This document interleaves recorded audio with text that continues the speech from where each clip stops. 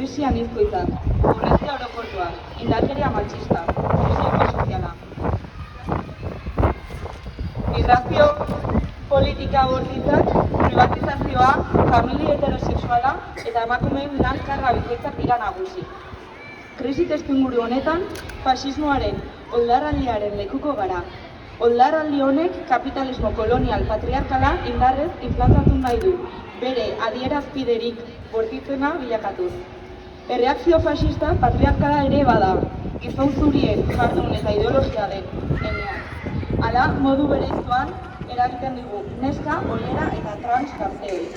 Zapalkuntzen adibide dira sare sozialetako erreakzio misoginoak, borroka feminista arazo sozialen kausa gisa identifikatzeko joerak edo gure borroka kriminalizatzen duten adierazpenak.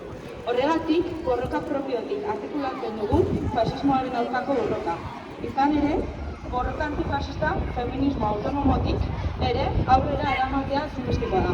Gatazka eta garaipenak ez ditzaten borroka eremu maskulinizatuek monopolizatu. Antifasismoak ere izan daitezke iruditegi eta logika patriarkala.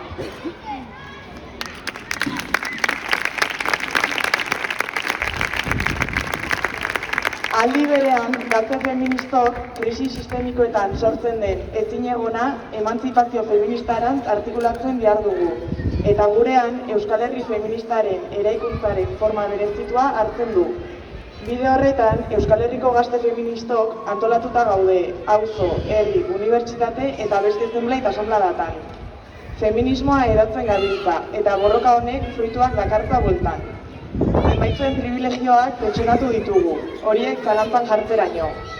Espazio maskulinizatuetan hegemonia bilatu dugu, gizonek erreakzionatzeraino. Horretan berresten gara, fasismoa desagertzeko borroka, kapitalismoa, patriarkatua eta kolonialismoa desagertzeko borrokarekin batera baitoa. Fasismoari aurre egiteko modu zuzenetako bat, feminista izatea bera baita. Antifasismoa feminista izango da edo ez da izango. Gora borroka feminista!